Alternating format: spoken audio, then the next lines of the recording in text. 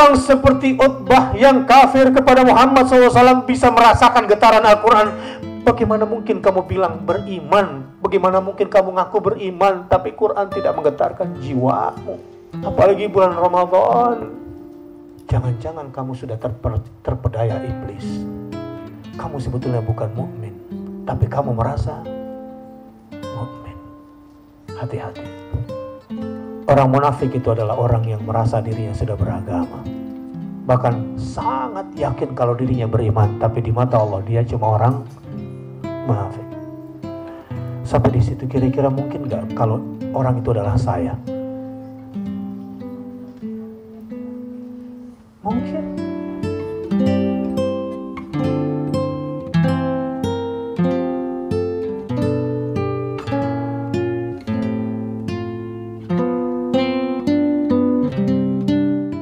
Bismillahirrahmanirrahim. Assalamualaikum warahmatullahi wabarakatuh.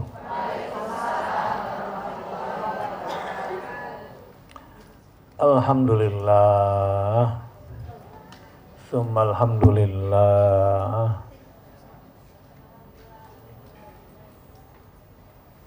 Akhirnya kita sampai usia sekali lagi berada di dalam bulan suci Ramadan. Subhanallah, walhamdulillah, wala ilaha illallah, wallahu akbar, wala hawla wala quwwata illa billahil aliyyil azim. Sungguh suatu kebahagiaan besar bisa sampai kembali ke bulan yang kita nanti-nantikan. Sebuah kegembiraan tak berbilang karena kita sudah berada lagi di dalam dekapan Ramadan yang penuh dengan kasih sayang.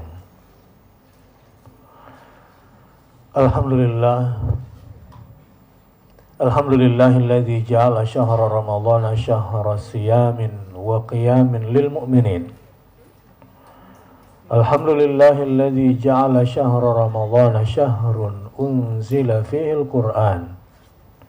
Al-Qur'anu hudan linnas wa bayyinatin minal huda wal furqan.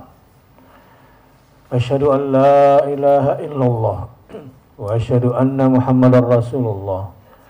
Allahumma fasalli wa sallim wa barik ala nabiyyina wa habibina wa syafi'ina wa qaidina wa maulana Muhammadin sallallahu alaihi wasallam wa ala alihi wa sahbihi wa sallim. Sama-sama kita berdoa dan bermunajat kepada Allah. Subhanaka la ilma lana illa ma 'allamtana innaka antal alimul hakim. Subhanaka la ilma lana illa ma 'allamtana innaka antal alimul hakim. Subhanaka la ilma lana illa ma 'allamtana innaka antal alimul hakim. Rabbi zidni ilma.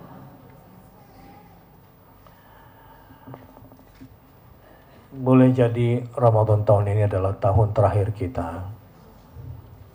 Boleh jadi tahun depan kita tidak berada lagi di bulan suci Ramadan.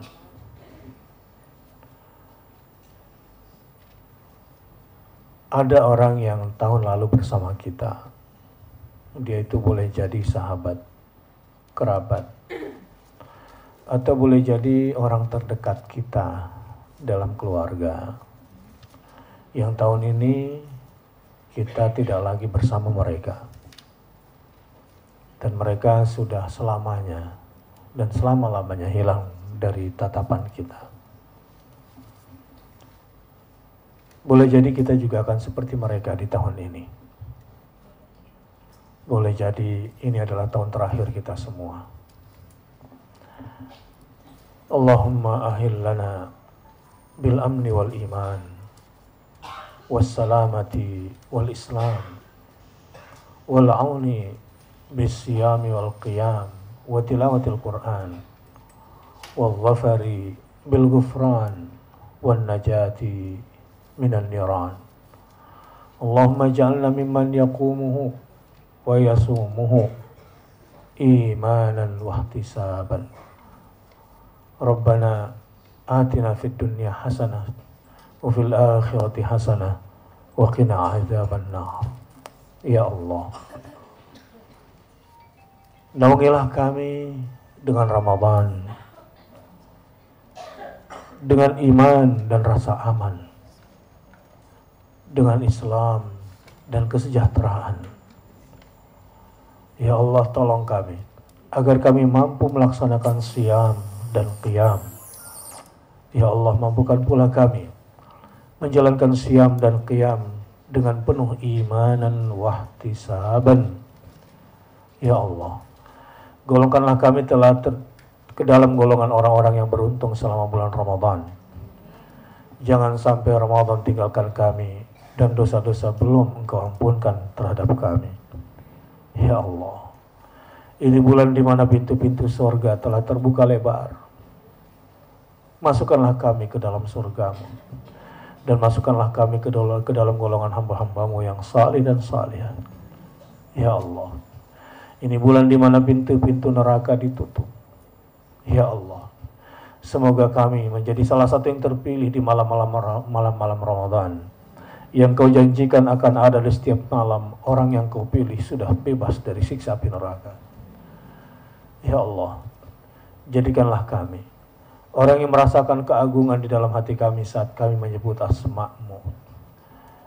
Saat kami menjalankan ibadah-ibadah, kami rasakan keagungan saat kami menyebut asma-Mu. Ya Allah, jadikanlah kami orang-orang yang mampu bergetar kalbunya ketika asma-Mu disebutkan di telinga kami, sehingga bertambahlah rasa takut kami kepada Engkau, bertambah pula rasa cinta kami kepada-Mu. Ya Allah, bertambah kuat pula harapan kami bergantung hanya kepada-Mu. Ya Allah, bertambah kuat pula keyakinan kami sehingga hanya kepada Engkau kami bertawakal kepada-Mu. Ya Allah, mudahkanlah lisan kami untuk bertilawatil Quran, terangkan mata kami untuk bisa membacanya siang dan malam. Mampukan kami ya Allah untuk bisa membacanya berlama-lama, berjam-jam bersama Al-Quran. Ya Allah, mampukanlah kami untuk bisa menikmati keindahan ayat-ayat-Mu di dalam Al-Quran. Ya Allah, mampukan kami di bulan suci yang Kau turunkan Al-Quran di dalamnya. Jadikanlah kami golongan orang-orang yang senantiasa bertilawatul Quran di setiap waktu kami. Ya Allah, tundukkan lisan kami agar senantiasa beristighfar kepada Engkau di waktu pagi dan petang, di waktu siang dan malam. Mampukan pula kami untuk senantiasa bertobat dan menjadikan kalbu kami yang berinabah kepadamu. Ya Allah, Ya Rahman, Ya Rahim, ampunkan dosa-dosa kami, ampunkan dosa-dosa kami, maafkan khilaf dan salah kami, ampunkan kekeliruan-kekeliruan kami. Ya Allah, begitu juga kepada ibu bapak kami, papa dan mama kami, kedua orang tua kami yang kami cintai. Untuk keduanya ya Allah kami bermohon dengan sepenuh hati di dalam qalbu kami. Dalam bulan suci Ramadan ini, ampunkan dosa-dosa keduanya. Ampunkan dosa-dosa keduanya. Ampunkan dosa-dosa ibu bapak kami, papa dan mama kami. Ya Allah, sayangilah keduanya, setulus keduanya sayangi kami, cintai kami sejak kecil. Ya Allah, Rabbana ighfir lana wa liwalidayna warhamhuma kama rabbayana shighara. Ya Allah, untuk saudara kami juga yang sudah meninggal dunia, kakak kami, adik kami. Ya Allah, untuk mereka saudara-saudara kami, Rabbana ighfir lana dzunubana wa li ikhwanina alladhina sabaquna bil iman wa la taj'al fi qulubina ghillan lil ladzina amanu Rabbana innaka ra'ufur rahim. Rabbana hab lana min azwajina wa dhurriyyatina qurrata a'yun waj'alna lil muttaqina imama. Mampukan kami ya Allah di bulan suci Ramadan untuk membentuk keluarga kami menjadi keluarga yang bertakwa kepadamu. Ya Allah, mampukan kami di bulan yang penuh dengan rahmat ini Mampukanlah kami di bulan di mana pintu-pintu surga dibuka. Mampukan kami untuk bisa membangun surga di dalam rumah tangga kami. Mampukan kami bersama-sama untuk membangun rumah di surgamu ya Allah. Mampukan pula kami untuk bisa memasuki surgamu sekeluarga kami ya Rabbal Alamin. Rabbana taqabbal minna innaka antas samiul alim wa tub alaina innaka antat tawwabur rahim. Rabbana atina fid dunya hasanah wa fil akhirati hasanah wa qina adzabannar. Wa sallallahu ala nabiyyina Muhammadin sallallahu alaihi wasallam. Subhana rabbika rabbil izzati amma yasifun wa salamun alal mursalin walhamdulillahi rabbil alamin.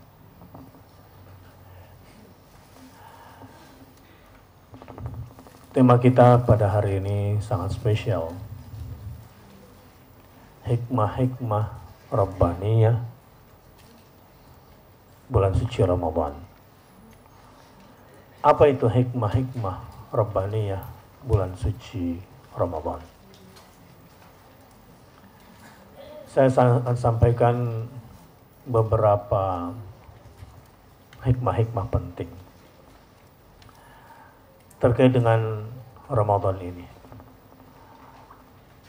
Latar belakangnya adalah supaya kita yang berpuasa, yang berqiyam, bersiam dan berqiyam tidak lalai untuk mendapatkan goals daripada Ramadan ini.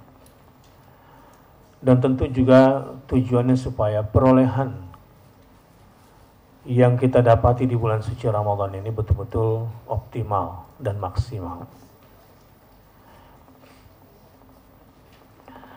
Karena ada banyak riwayat-riwayat yang dipesankan dari Nabi SAW tentang orang-orang yang merugi itu di bulan suci Ramadan ini. Orang yang paling merugi dan paling tinggi tingkatan kerugiannya adalah ketika Ramadan meninggalkan dia dan dosa-dosanya belum diampuni oleh Allah Subhanahu wa taala. Sungguh inilah orang yang paling tinggi kerugiannya. Padahal Ramadan dikatakan Ramadan karena Allah, karena panas membakar dosa-dosa. Juga diriwayatkan bahwa rubba sha'imin laisa min siyamihi illa al-ju' wal 'atash. Ada banyak orang yang berpuasa tapi tidak dapat apa-apa dari balik puasanya kecuali lapar dan haus. Kenapa? Karena mungkin dia tidak mengindahkan hikmah-hikmah di balik apa maksud daripada menahan lapar dan haus itu. Rubba qa'imin laisa min qiyamihi illa at-ta'abu wan nasab. Rubba qa'imin laisa min qiyamihi illa at-ta'ab was-sahar. Ada banyak orang yang melaksanakan tarawih dan sholat tahajud, tapi tidak dapat apa-apa dari keduanya kecuali lelah dan berpenat-penat. Tidak dapat apa-apa dari tarawih dan qiyamul lailnya kecuali lelah dan begadang. Kenapa? Karena tidak mengerti kenapa harus melakukan itu. Apa maksud Allah di balik ini semua? Rubba qari'il Qur'an wal Qur'anu yal'anuh. Ada banyak orang yang membaca Quran, tetapi saat dia membaca, si pembacanya dilaknat oleh Al-Quran itu sendiri. Karena dia tidak mengerti dan tidak mengambil manfaat dari balik bacaannya itu.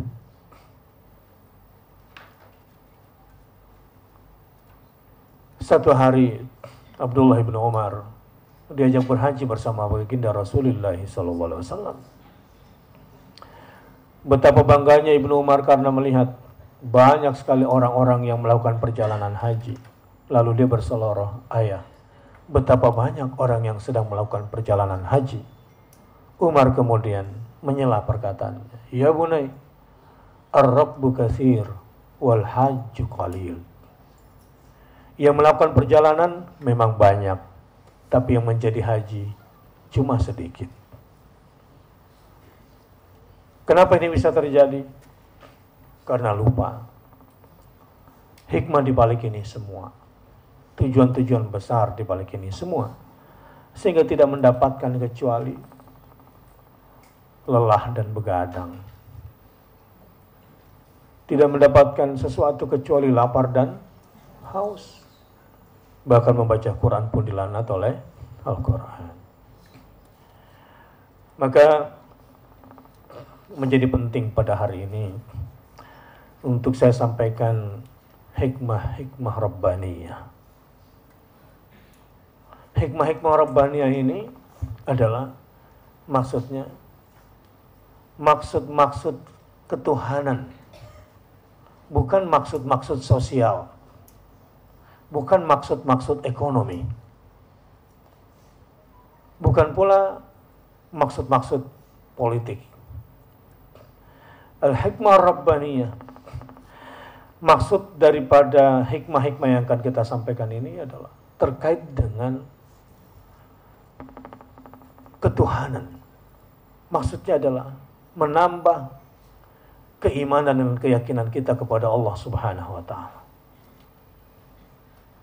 Nah, apa itu? Yang paling penting dari semua hikmah yang tertinggi adalah la'allakum tattaqun. Inilah hikmah Rabbaniyah yang pertama.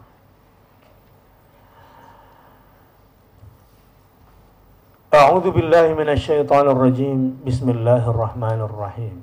Ya ayyuhalladzina amanu kutiba alaikumus shiyam kama kutiba alal ladzina min qablikum la'allakum tattaqun. La'allakum tattaqun, agar kalian bertakwa, bukan la'allakum taju'un, supaya kalian bisa merasakan lapar. La'allakum ta'lamuna ahwalal masakin, supaya kalian bisa merasakan perih pedihnya lapar orang miskin. Bukan dimensi sosial dulu yang pertama. Walau itu penting untuk kehidupan sosial kita, dan syariat itu juga mengandung dimensi sosial. Tapi disinilah bedanya sosialis dengan yang berketuhanan yang Maha Esa. Sosialis adalah orang-orang yang kerja-kerja sosialnya semata-mata untuk kemanusiaan, tidak mau melibatkan ketuhanan dalam hal ini. Sosialis adalah orang-orang yang kerja-kerja kemanusiaannya hanya mau terikat dengan tradisi-tradisi sosial yang ada di sekitarnya, tidak mau memasukkan unsur-unsur agama, keyakinan dalam pekerjaan. Inilah yang saya maksud dengan al-hikmah ar-rabbaniyah.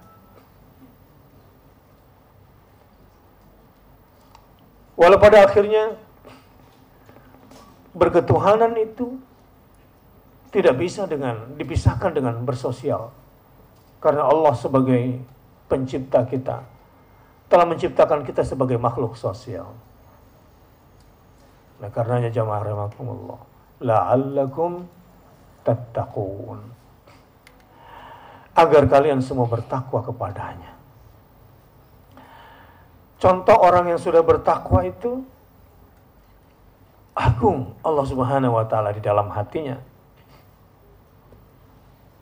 Ya, kerinduannya untuk berjumpa sang kekasih karena rasa cinta yang tak tertahan begitu tinggi. Ini energi orang bertakwa di bulan suci Ramadan.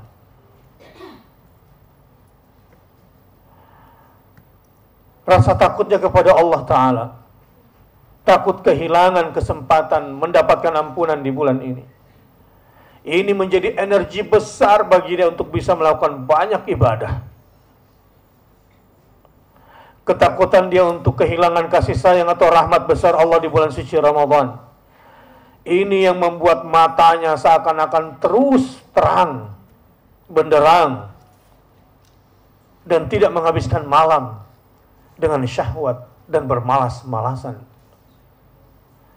Inilah yang membedakan orang yang ada takwa di bulan suci Ramadan.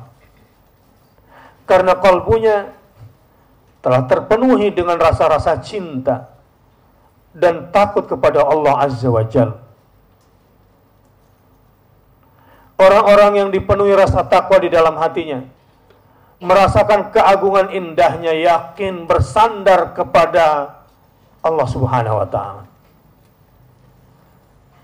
Walau hari ini sakit, kalau memang harus sholat subuh berjamaah, merangkak pun akan dijalaninya, atau bahkan resiko mati pun harus dihadapi.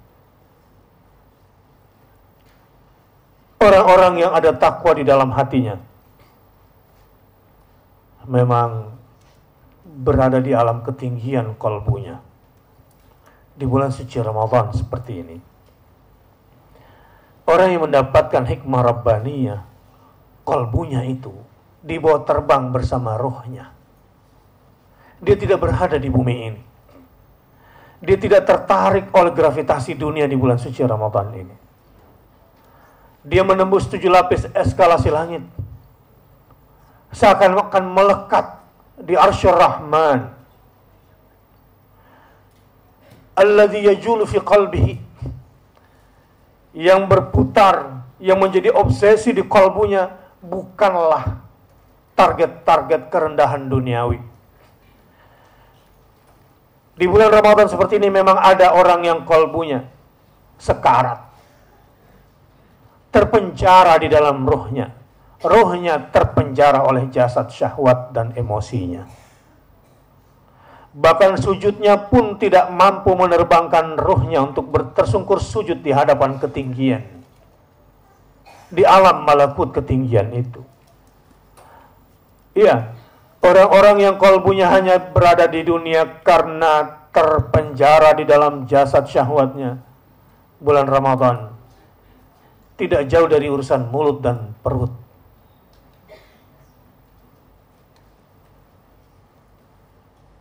Tidak jauh dari urusan mulut dan perut. Di penghujung Ramadan pun urusannya tidak jauh dengan urusan kantong dan jalan-jalan.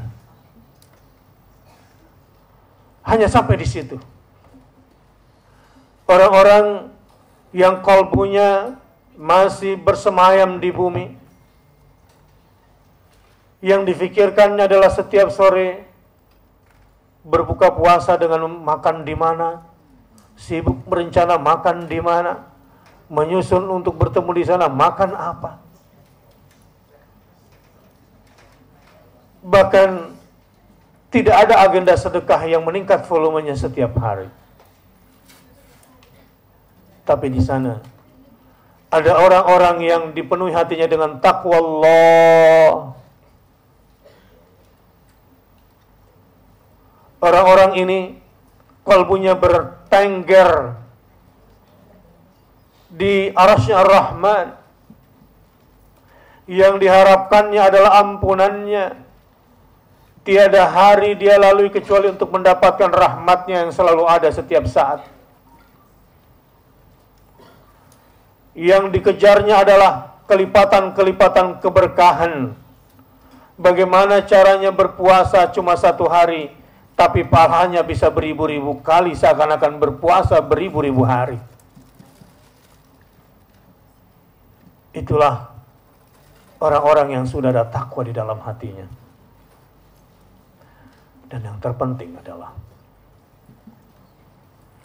orang-orang yang bertakwa ini di dalam bulan suci Ramadan ini adalah orang yang betul-betul sudah sukses puasanya. Karena seluruh aktivitas siam dan qiyam, siam di siang hari, qiyam di malam hari, semua itu dijalani dengan satu tujuan, agar ada keagungan di dalam jiwanya, merasakan takut kehilangan cinta Allah, merasa takut kehilangan rahmat kasih sayang Allah, merasa takut kehilangan keberkahan dari Allah, dan puncaknya adalah takut kalau sampai Ramadan meninggalkan dirinya dan dosanya belum diampunkan oleh Allah Subhanahu wa taala. Inilah hikmah pertama. Bentuk keseharian orang ini biasanya selalu dirundung gelisah kalau hari ini belum banyak bertilawah, kalau hari ini belum banyak berzikir, kalau hari ini belum banyak bersedekah. Itu 3 top 3 ibadah dia itu. Barangkali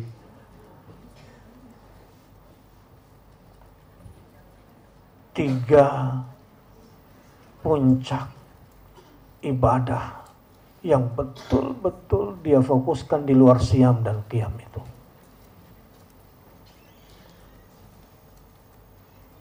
Itu 3 urutan ke atas itu.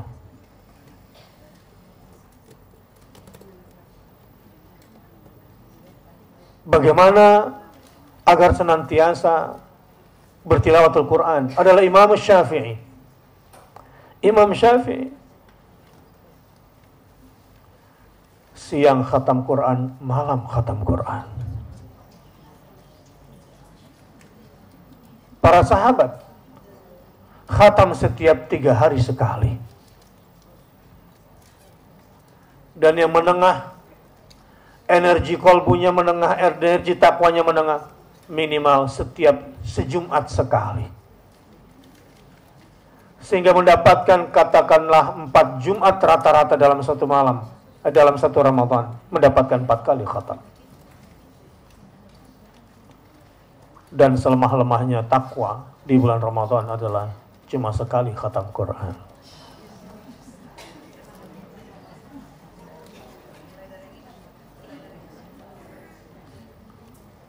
La'allakum tattaqun. Begitu pula zikirnya kepada Allah Subhanahu wa taala. Dia tidak mau zikirnya itu minimalis. Zikirnya slim. Dia maunya zikran katsiran. Berzikir sebanyak-banyaknya. Sayang kalau di sepertiga akhir malam zikir cuma 10 kali istighfar. Sayang kalau cuma 100 kali istighfar. Karena dia punya kesempatan minimal bisa 1000 kali beristighfar. Atau bahkan minimal dia bisa 5000 kali beristighfar dan bertobat kepada Allah Subhanahu wa taala. Tasbihnya di waktu pagi bulan-bulan Ramadan ada banyak waktu mulai dari ba'dal fajr sampai kemudian waktu duha. Sayang, seharusnya bisa bertasbih beribu-ribu kali, kalau cuma hanya bisa 100-200 kali. Ada target, zikran katsiran. Inilah yang membedakan orang-orang yang bertakwa dengan imannya dengan orang-orang munafik. Orang munafik itu la yadhkurunallaha illa qalilan. Mereka orang-orang munafik itu berzikir tapi zikirnya cuma sedikit. Jadi yang membedakan zikirnya orang beriman dan bertakwa dengan orang yang munafik adalah 2 kata kunci, sedikit dan banyak. Zikran katsiran.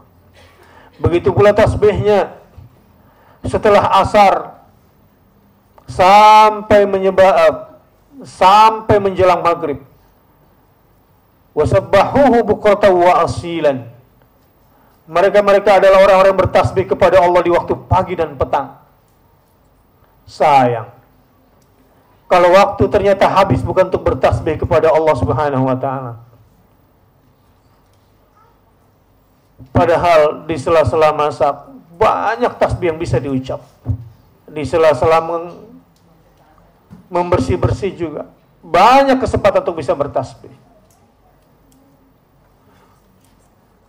Inilah obsesi yang ada di dalam kalbunya orang-orang bertakwa itu. Begitu pula sedekahnya. Adalah istri-istri Nabi Sallallahu Alaihi Wasallam. Pada saat-saat Ramadan seperti ini berlomba-lomba, betul-betul dibinasakan hartanya itu, dimusnahkan hartanya di jalan Allah Subhanahu wa Ta'ala. Jika ada perusahaan sedang membakar uang dengan marketing,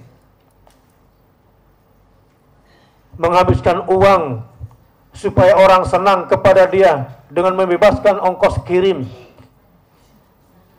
tapi ada orang yang membinasakan hartanya sebanyak-banyaknya di jalan Allah Subhanahu wa Ta'ala karena dia tahu hartanya, rezekinya berasal dari Allah. Jika dijalankan lagi di jalan Allah, maka dia pasti akan mendapatkan balasan yang besar dari Allah Subhanahu wa Ta'ala. Inilah kira-kira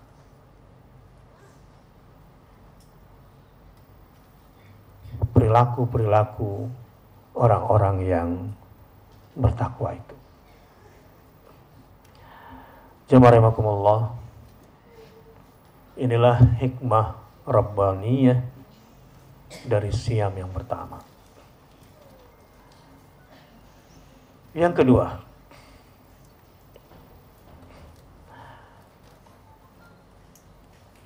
lis-shaimi farhatan. Bagi orang yang berpuasa itu ada dua kebahagiaan. Farhatun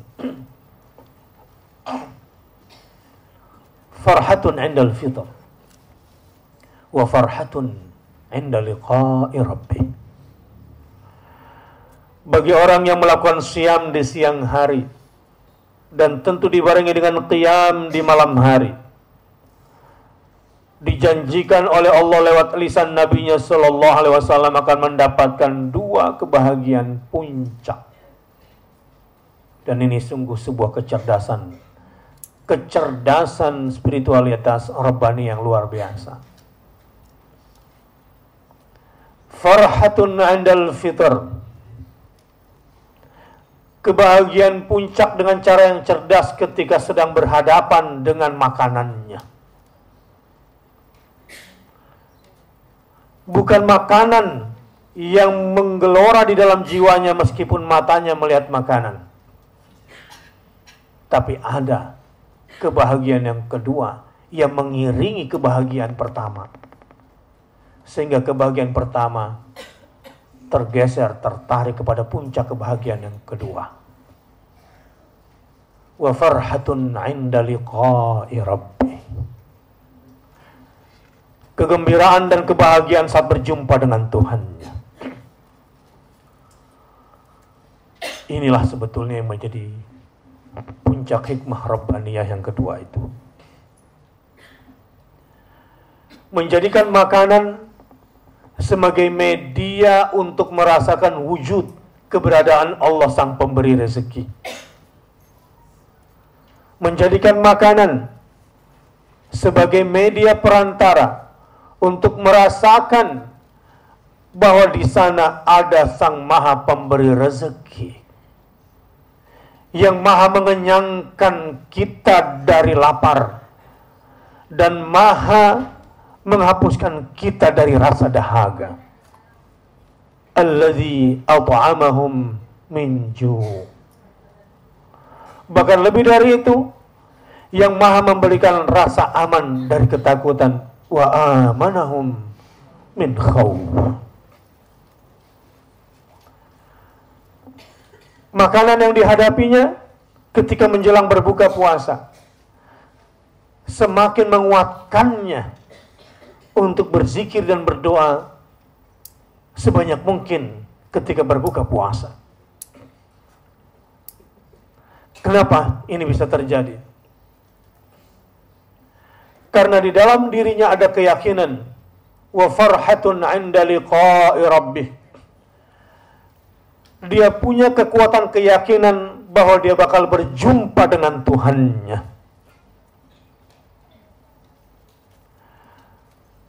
Itulah sebetulnya orang-orang yang khusyuk itu.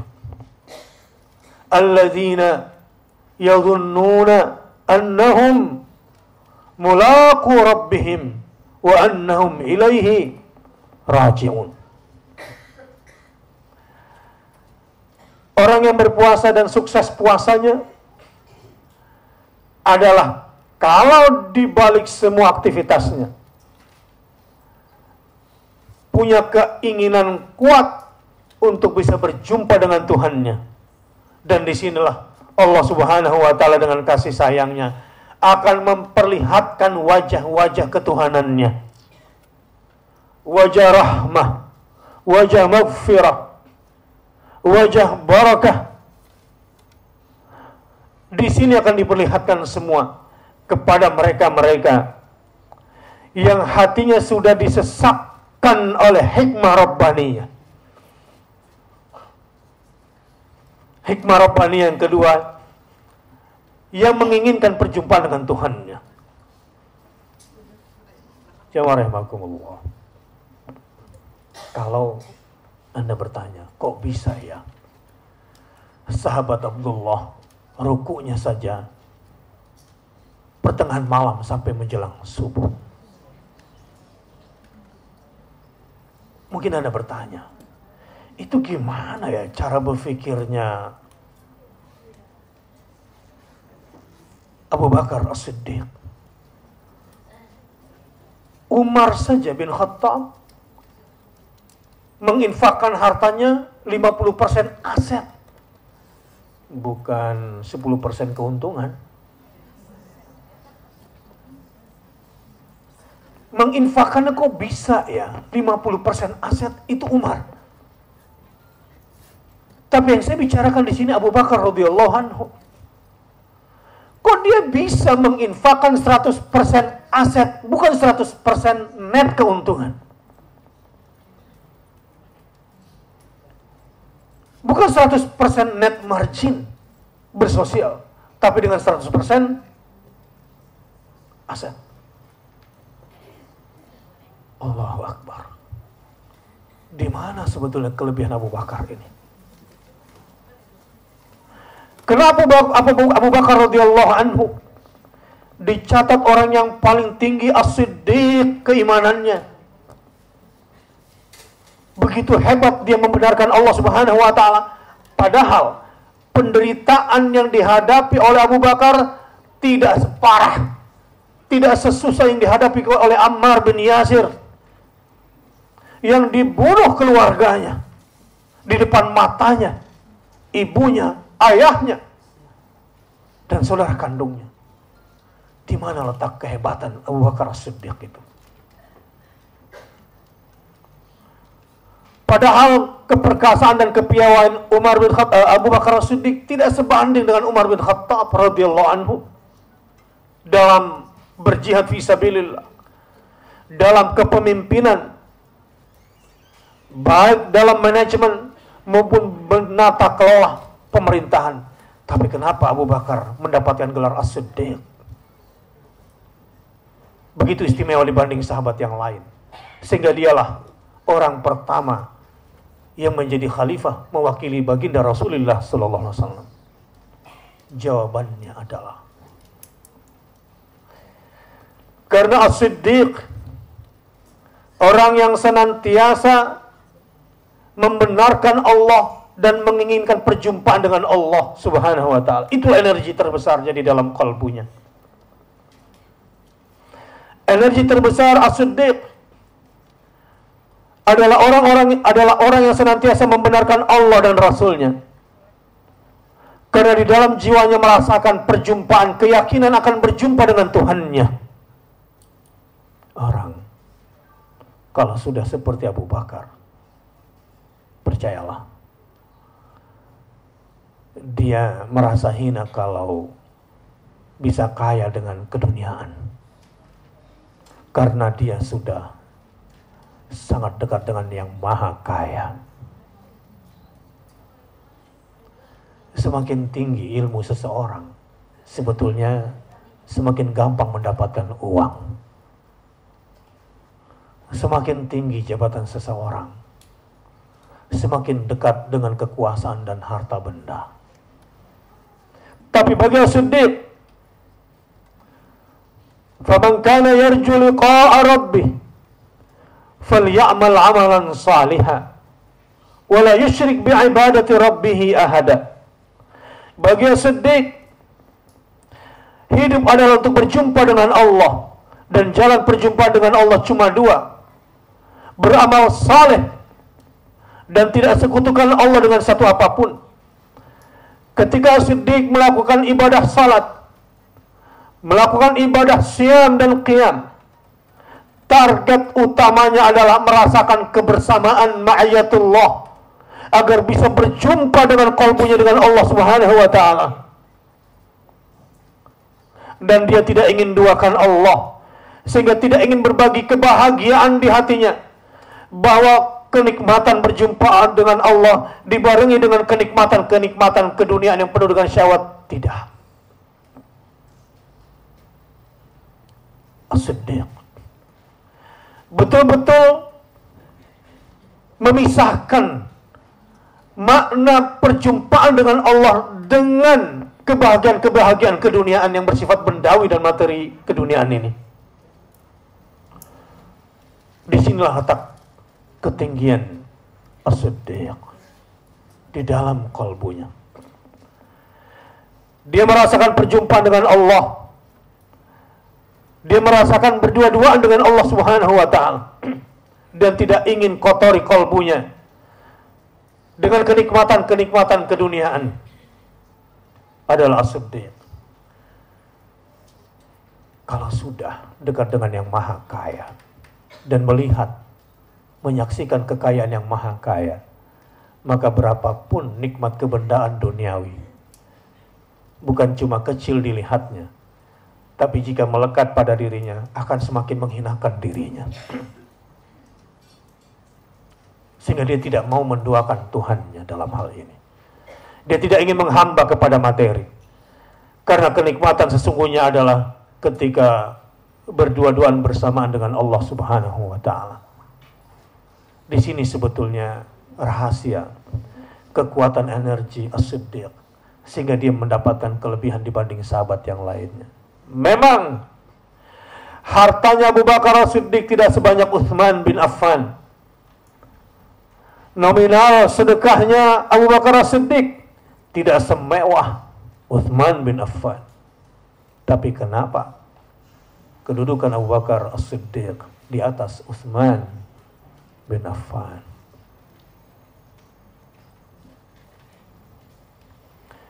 Kejeniusan dan ketangkasan Ali bin Abi Thalib dalam berperang bersama pedangnya Zulfikar mungkin di atas kemampuan Abu Bakar as-Siddiq.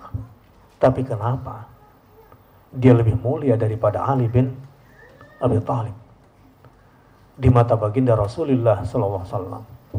Karena di dalam hatinya selalu membenarkan Allah dan membenarkan Rasulnya.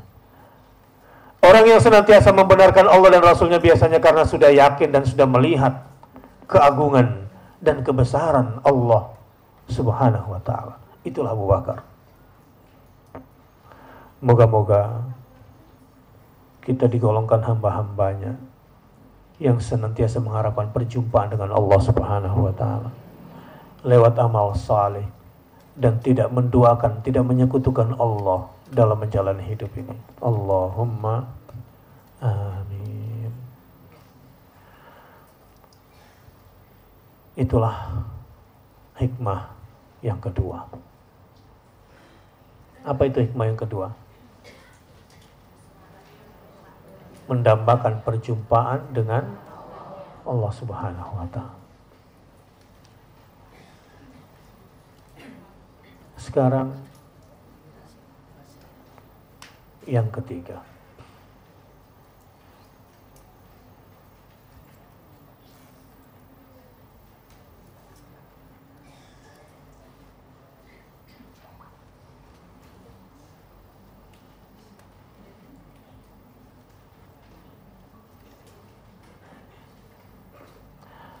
A'udzu billahi minasyaitonir rajim. Jadi yang sedang saya sampaikan ini hikmah-hikmah bukan terkait dengan dimensi sosialnya, walaupun pasti ada efek itu. Memang orang berpuasa itu sehat, insya Allah sehat lahir batin, ya. Insya Allah yang sedang berpuasa bulan Ramadan berat badannya nambah pun sehat insya Allah. Siapa yang sukses puasanya? Yang A, berat badannya turun, atau yang B, yang berat badannya naik?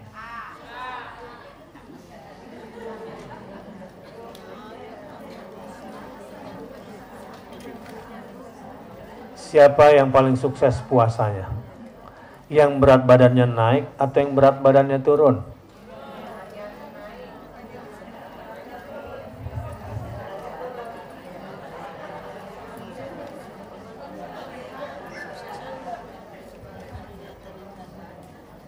Nah, karena kita sedang tidak membicarakan dimensi kesehatan, yang sedang kita bicarakan adalah dimensi Rabbaniyah, sisi ketuhanannya. Ya, insya Allah yang berat badannya naik, naik pula imannya. Yang berat badannya turun, tambah tinggi pula imannya.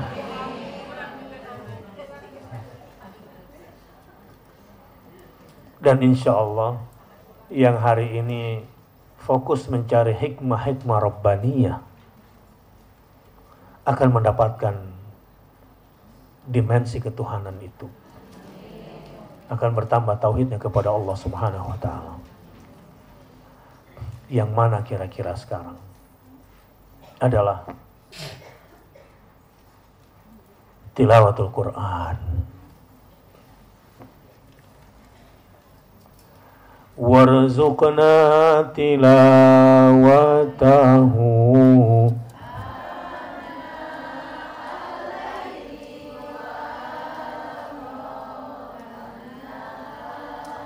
Bayangkan makna ana al-lail wa atrafan nahar bagi Imam Syafi'i adalah kalau bisa menghatamkan Quran di malam hari dan menghatamkan Quran di siang hari, setiap malam dan setiap hari. Beda target gak sama kita?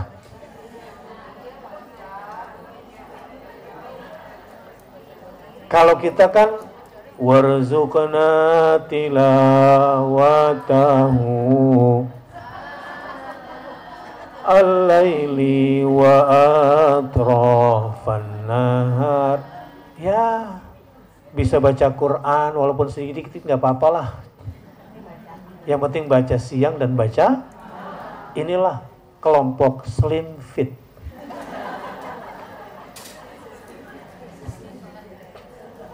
Sudah slim fit. Tahu nggak maksudnya?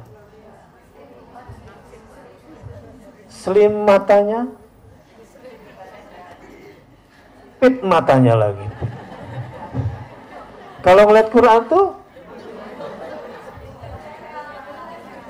kayak setan gitu matanya.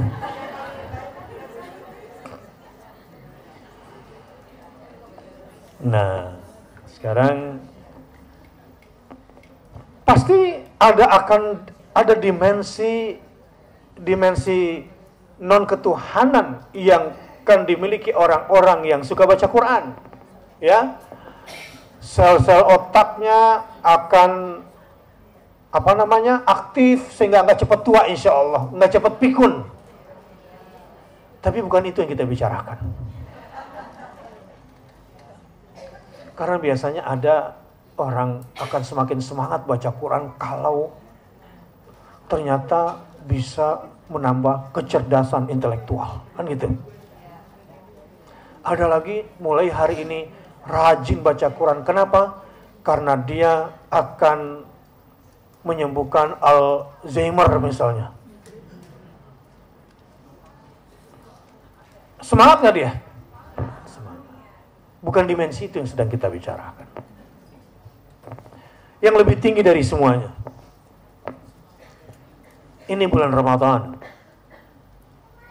Mungkin di luar bulan Ramadan kita akan mendapatkan i'jaz, mukjizat-mukjizat ilmiah, mukjizat-mukjizat sosial, mukjizat-mukjizat ekonomi, kesehatan, politik, militer, semuanya. Tapi hari ini yang sedang kita bahas adalah al-hikmah ar-rabbaniyah, adalah dimensi ketuhanan yang kita dapatkan di balik ini semua. Enggak peduli apakah baca Quran saya sekarang membuat saya semakin goblok kata orang. Apakah bacaan Quran saya membuat hari ini bisnis saya merugi, bodoh amat. Karena ada yang lebih penting dari si amat. Adalah bahwa Al-Quran ini adalah firman Allah, perkataan Allah. Kalau saya sedang baca Quran berarti saya sedang curhat dan ngobrol sama Allah Subhanahu wa ta'ala. Anda mau bilang saya orang gila, Anda mau tuduh saya sebagai tukang sihir, Anda mengatakan bahwa saya sedang membaca kitab sucinya kaum radikal dan teroris, isu itu sudah basi bagi saya. Silakan bacakan mantra-mantra terorisme di televisi dari pagi, siang, sore, malam. Bahas terus bahwa untuk memberantas terorisme adalah jauhkan umat dari Quran, karena ditemukan orang yang tergeletak mati. Digeledah ternyata ada Quran di tasnya, dan ternyata setelah digeledah di rumahnya, Quran dan tentang Quran ada di rumahnya. Itu nggak peduli. Karena yang penting bagi saya adalah ketika saya membaca Quran, bahwa saya meyakini isinya betul-betul tidak mungkin dikatakan oleh manusia biasa. Dan ini pasti wahyunya Allah Subhanahu wa ta'ala. Dan semua isinya pasti benar. Dan saya yakin ketika saya menjalankan semua yang ada di dalamnya, saya akan mendapatkan kebahagiaan dan kemuliaan dunia akhirat. Dan setelah itu, saya tidak pernah mau lagi menengok kepada konsep hidup lain selain way of life yang sudah saya yakini, yaitu Al-Quranul Karim. Kira-kira ini makna sekilas hikmah Rabbaniyah yang ketiga, yaitu Al-Quranul Karim.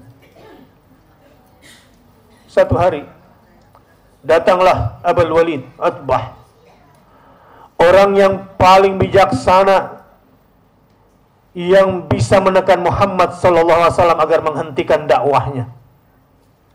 Diutuslah Abul Walid Utbah karena dialah orang yang dianggap bisa berbicara dengan Muhammad saat Abu Jahal dan Abu Lahab sudah tidak bisa didengar lagi perkataannya. Diutuslah Abul Walid Utbah karena dialah yang paling fasih perkataannya, mantiknya, retorikanya dianggap bisa menaklukkan pemikiran Nabi Muhammad SAW. Datanglah dia berjumpa dengan baginda Rasulullah SAW.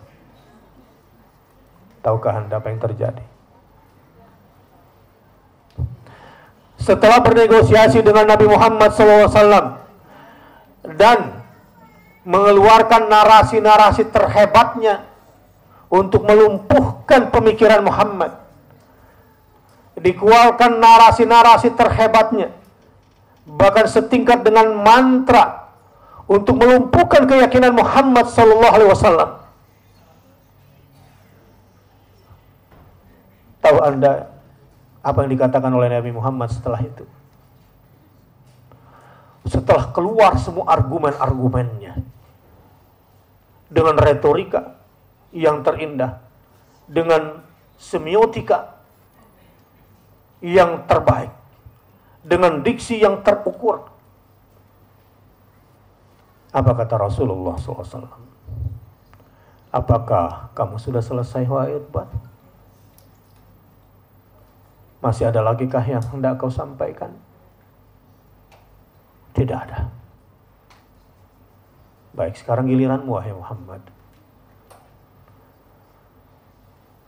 Dia tidak memikirkan diksi. Dia tidak memikirkan retorika. Dia hanya membacakan Al-Quran. A'udzu billahi minasyaitonir rajim. A'udzu billahi minasyaitonir rajim. Bismillahirrahmanirrahim. Surat Fussilat. Hamim. Bingung. Hanya 2 huruf. Hamim. Hanya 2 harakat. Mimnya 6 harakat. Apa ini? Sound. Sebuah rangkaian 2 huruf tak bermakna ini, tetapi kenapa begitu kuat pesannya di dalam hati saya?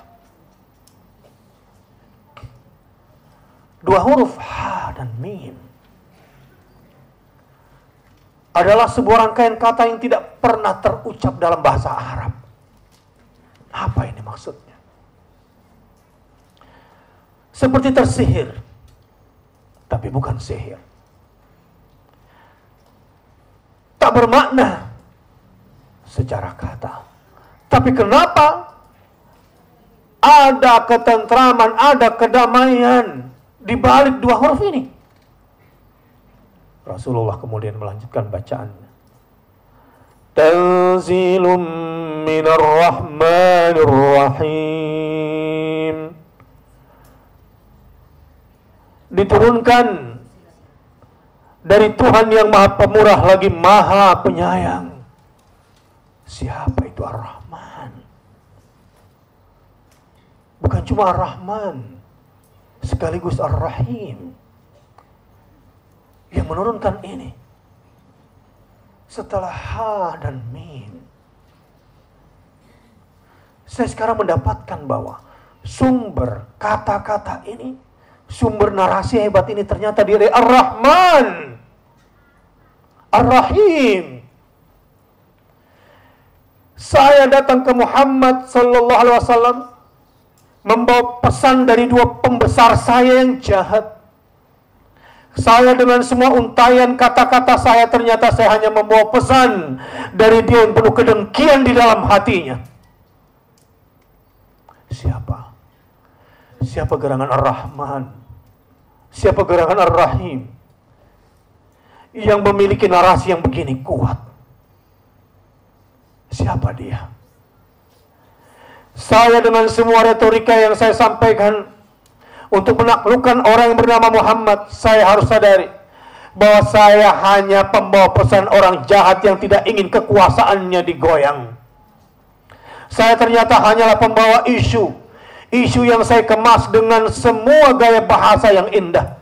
Tapi sebetulnya bukan cuma pepesan kosong, pepesan bangkai yang saya sedang bawa, yang saya kemas-kemas. Siapa ini? Siapa ini? Siapakah yang Maha Pengasih dan Penyayang ini, yang menurunkan narasi yang begini kuat ini? Rasul kemudian membacakan lanjutan ayatnya. Kitabun fussilat ayatuh Qur'anan Arabiyyan liqaumin ya'lamun. Kitabun fussilat ayatuh Qur'anan Arabiyyan liqaumin ya'lamun. Kitab yang dijelaskan ayat-ayatnya. Ternyata narasi kuat ini adalah sekumpulan narasi yang tersusun rapi menjadi sebuah panduan hidup. Kitabun. Ternyata dia bukanlah sekumpulan syair-syair indah. Dia bukanlah rangkaian kisah demi kisah menjadi sebuah kitab kisah. Ternyata dia bukanlah sebuah kitab ilmiah dengan sekian banyak rumusan-rumusan ilmiah. Tapi dia adalah kitabun. Ternyata narasi kuat itu adalah sekumpulan manual life, panduan hidup yang tersusun rapi dalam sebuah kitab. Di situ langsung takluk. Karena sehebat-hebat Abul Walid Utbah ini, dia hanya menghafalkan syair-syair jahiliyah yang turun-temurun dibacakan, tapi ada yang enak, ada yang tidak enak, ada yang pas, ada yang tidak pas, ada yang ilmiah, ada yang tidak ilmiah. Ada yang benar dan banyak yang salah. Ada yang menghibur tapi banyak menyakitkan. Dan lebih dari itu, fussilat ayatuhu. Dan dijelaskanlah ayat-ayat yang ada di dalamnya. Dia bukanlah sekumpulan kata-kata yang tak dapat difahami. Dan dia memiliki infrastrukturnya sendiri agar mudah difahami. Dan dia punya penjelas-penjelas penafsir-penafsirnya sendiri yang dikawal oleh yang maha menurunkan ayat-ayat ini.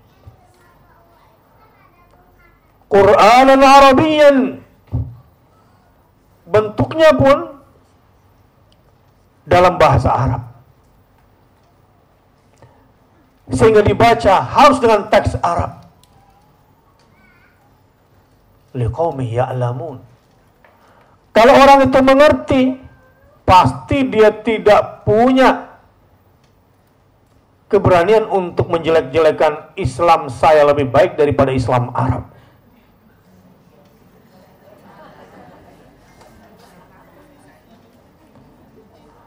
Allahu a'lam haitsu yaj'alu risalatah. Kalau Allah mau, Allah bisa saja utus orang Indonesia menjadi rasulnya. Tapi Allah tidak mau.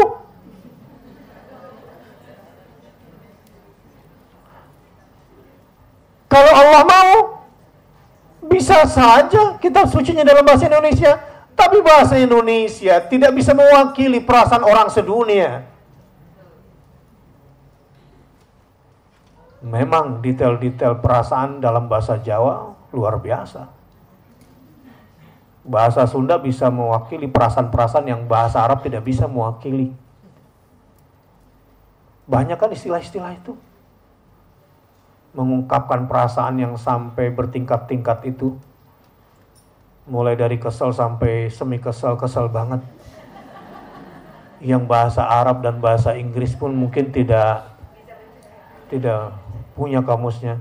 Tapi itu tidak menunjukkan ilmiah.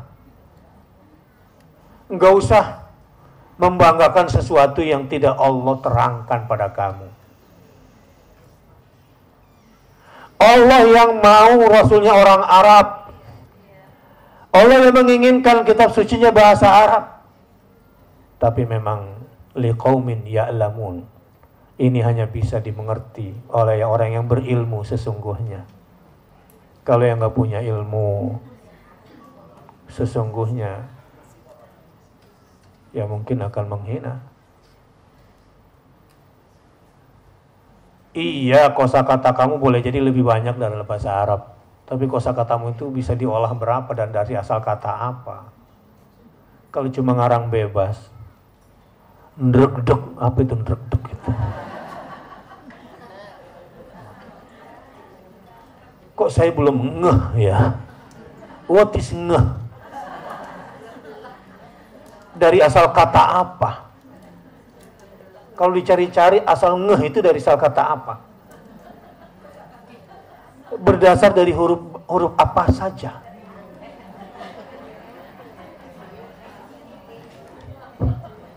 Dan kalau diolah ini bisa mengembang menjadi apa? Ngeh ini.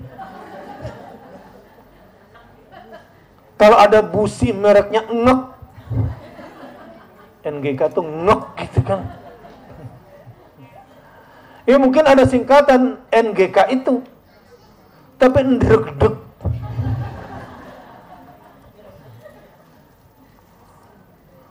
Borokokok. Ini perpaduan antara borok dengan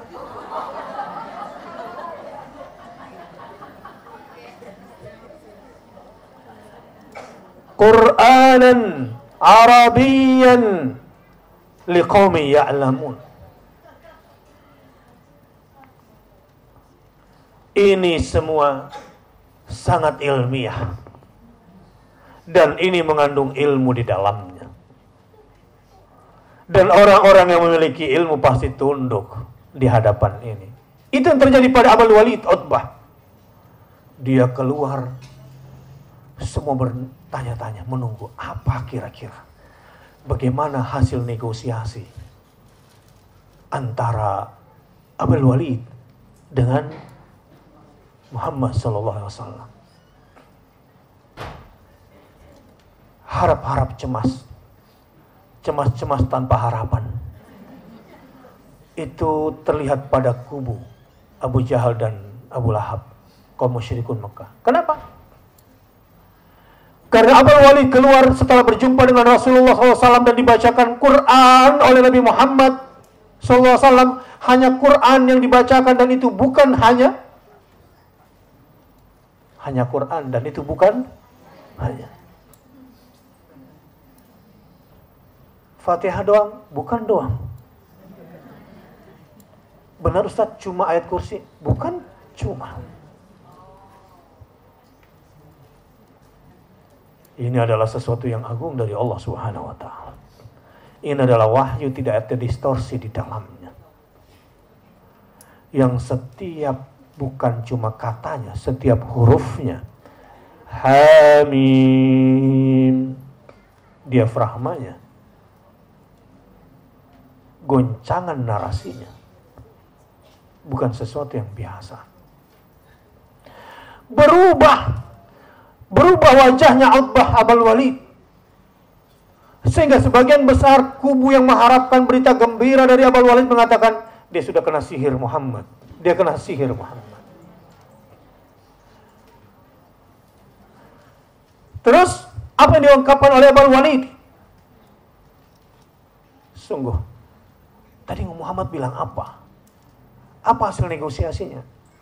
Bagaimana keputusan akhirnya? Apa kata dia? Yang saya dengar tadi bukan perkataan manusia. Bukan pula mantra yang suka kita baca. Yang tak bermakna. Dia bukanlah jampi-jampi biasa. Yang didasari dengan teori-teori ilmiah misalnya. Bukan.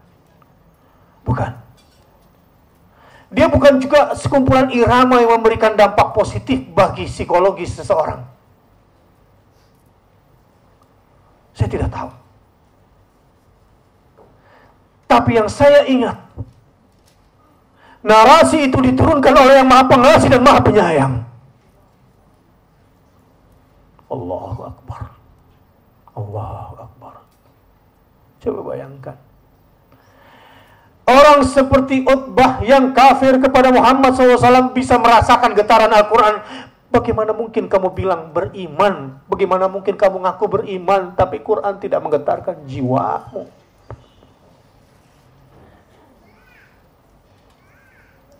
Apalagi bulan Ramadan. Utbah itu kafir, tapi tersentuh jiwanya dengan Al-Quran. Bagaimana mungkin kamu mengaku mukminah di bulan Ramadan, Quran belum menjadi prioritas kamu? Ada apa dengan kamu? Jangan-jangan kamu sudah terpedaya iblis. Kamu sebetulnya bukan mukmin, tapi kamu merasa mukmin. Hati-hati. Rubba qari'il Qur'an wal Qur'anu yal'anu. Berapa banyak orang baca Quran, tapi Quran melaknat dia. Dia merasa sedang membaca Quran, tapi Quran melaknat dia.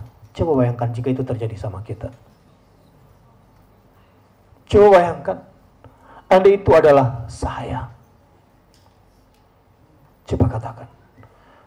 Mari introspeksi. Mari evaluasi.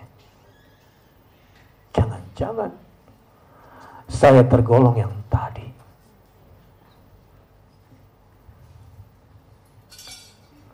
Bagaimana Ustadz caranya? Saya ingin cek diri saya. Saya takut. Saya nggak mau kepedean, saya nggak mau kegeeran. Oh, saya nggak kayak gitu kok. Hati-hati. Orang munafik itu adalah orang yang merasa dirinya sudah beragama. Orang munafik itu adalah orang yang dirinya sudah merasa menjalankan ibadah. Orang munafik itu adalah orang yang merasa dirinya sudah beriman. Bahkan sangat yakin kalau dirinya beriman, tapi di mata Allah dia cuma orang munafik. Sampai di situ kira-kira mungkin nggak kalau orang itu adalah saya? Mungkin. Saya beritahu, kalau orang kafir itu memang tidak kenal Tuhan dan tidak merasa beriman dan tidak punya agama. Tapi nerakanya orang kafir yang tidak merasa beriman, tidak punya narasi agama, tidak merasa sudah beribadah, tidak, bahkan dia terang-terangan melawan Tuhan. Neraka dia lebih tinggi daripada nerakanya munafik. Maksudnya lebih kurang siksaannya. Si munafik yang merasa sudah beragama, sudah menjalankan ibadah, sudah merasa beriman, dia bahkan yakin sekali kalau dirinya sudah beriman. Tapi innal munafiqina fid darkil asfali minan nar. Padahal posisinya nanti di akhirat dia berada di neraka paling bawah. Alladzina atainahumul kitab yatlunahu haqqa tilawati ulaika yu'minuna bih. Contoh orang yang sudah beriman kepada Quran di bulan suci Ramadan dan dia betul-betul sudah beriman adalah yatlunahu haqqa tilawati.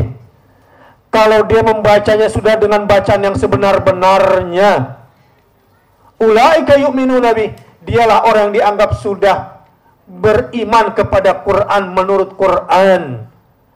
Dialah yang dianggap lulus oleh Allah Subhanahu wa taala dalam beriman kepada Quran.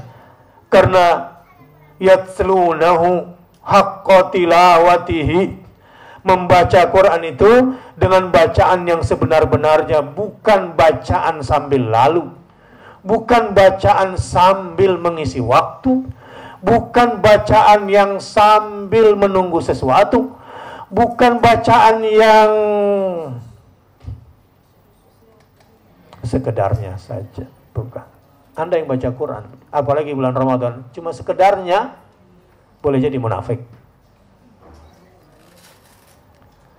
Sebab zikirnya orang munafik itu sedikit, baca Qurannya juga sedikit. Orang yang beriman itu baca Qurannya banyak, karena zikirnya juga banyak. Jadi di bulan Ramadan seperti ini, kalau melihat indikator sederhana, kalau waktu tilawah dan zikir kita lebih sedikit, maka cukuplah kita menilai diri kita sebagai munafik, itu saja.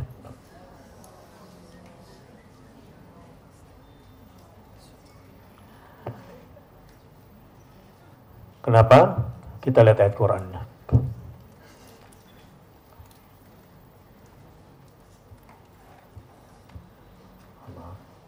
Kita lihat ayat Quran ini.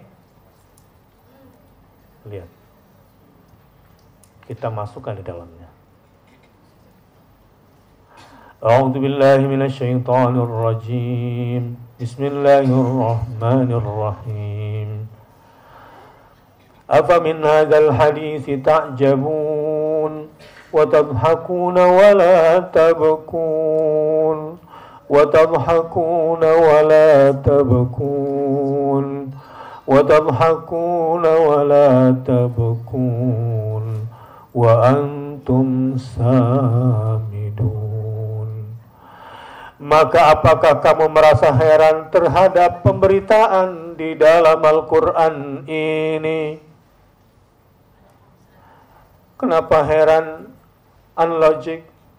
Kenapa heran nyusahin? Kenapa heran membuat hidup kamu sempit? Bukan cermin yang salah, wajahmu yang buruk rupa. Wa tadhakuna wa la tabkun. Saat membacanya, kamu malah bisa tertawa, bukannya menangis. Sudah lama rasanya baca Quran tidak menangis lagi. Membaca Quran tidak lagi seperti dulu waktu kecil. Waktu kecil kita bisa memegang Quran dengan penuh kemuliaan, di bawah dan di dekat di dada. Dulu waktu kecil, ketika iman masih ada, ditempatkan Quran di tempat yang paling tinggi. Setelah merasa sudah beriman, kenapa jadi begini? Tidak sungguh-sungguh kepada Al-Quran. Disiapkan program khatam juz 30 di bulan suci Ramadan, lewat begitu saja. Seperti tidak ada pengajian selama ini. Wa antum samidun. Sedangkan kamu melengahkannya. Quran kamu lengahkan dibanding semua aktivitas Ramadanmu. Quran tidak menjadi prioritas di antara agenda-agenda Ramadan kamu. Inilah orang-orang yang bisa menilai dirinya apakah mukmin kepada Al-Quran, wahyu dari Allah, ataukah dia munafik yang sebetulnya merasa beriman. Wal-iyadu billah.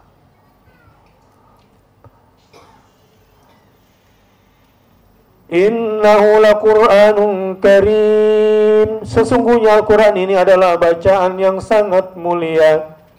Fi kitabim maknun. Pada kitab yang terpelihara di Lauhul Mahfuz dan tidak ada yang bisa menyentuhnya. La yamassuhu illal mutahharun. Tidak ada yang dapat menyentuhnya kecuali hamba-hamba yang disucikan. Tanzilum mir rabbil alamin. Dia bukanlah karangan orang pintar. Dia bukan pula bestseller yang dibuat-buat sesuai dengan selera orang sekarang. Dia bukanlah sihir yang bisa menyihir orang berbondong-bondong datang ke bioskop setelah membaca novelnya. Bukan. Tanzilum mir rabbil alamin. Diturunkan dari Tuhan alam semesta yang telah menciptakan alam semesta. Dan dia menurunkan Al-Quran agar bisa dijadikan sebagai panduan bagaimana berinteraksi dengan positif di alam yang dia ciptakan. Bagaimana mungkin kamu tidak membacanya padahal ini diturunkan dari Tuhan Sang Pencipta alam semesta, sedangkan kamu sekarang hidup di alam semesta. Boleh jadi kamu orang yang sedang tersesat di alam semestanya karena kamu tidak membaca panduan bagaimana hidup di alam semestanya. Andai kamu pernah tersesat di sebuah hutan yang kamu tersesat di dalamnya adalah kecil, itu karena kamu tidak punya kompas, tidak pernah baca peta di hutan itu, kamu tersesat. Bagaimana dengan jagat raya yang begini luas? Ada bermiliar-miliar planetnya. Padahal hutan itu di dalam bumi. Bumi hanyalah salah satu planet kecil yang besarnya sebesar pasir di pantai yang penuh dengan pasir itu. Tapi lihat kelakuanmu. Afa bihadzal haditsi antum mudhinun. Maka apakah kamu menganggap remeh saja Al-Quran ini? Remehkah Quran ini? Padahal ini bulan di mana Quran diturunkan. Semoga Allah Subhanahu wa taala berikan kekuatan kita memahami hikmah Rabbaniyah. Subhanakallahumma wa bihamdika asyhadu an la ilaha illa anta astaghfiruka wa atubu ilaik. Wassalamualaikum warahmatullahi wabarakatuh.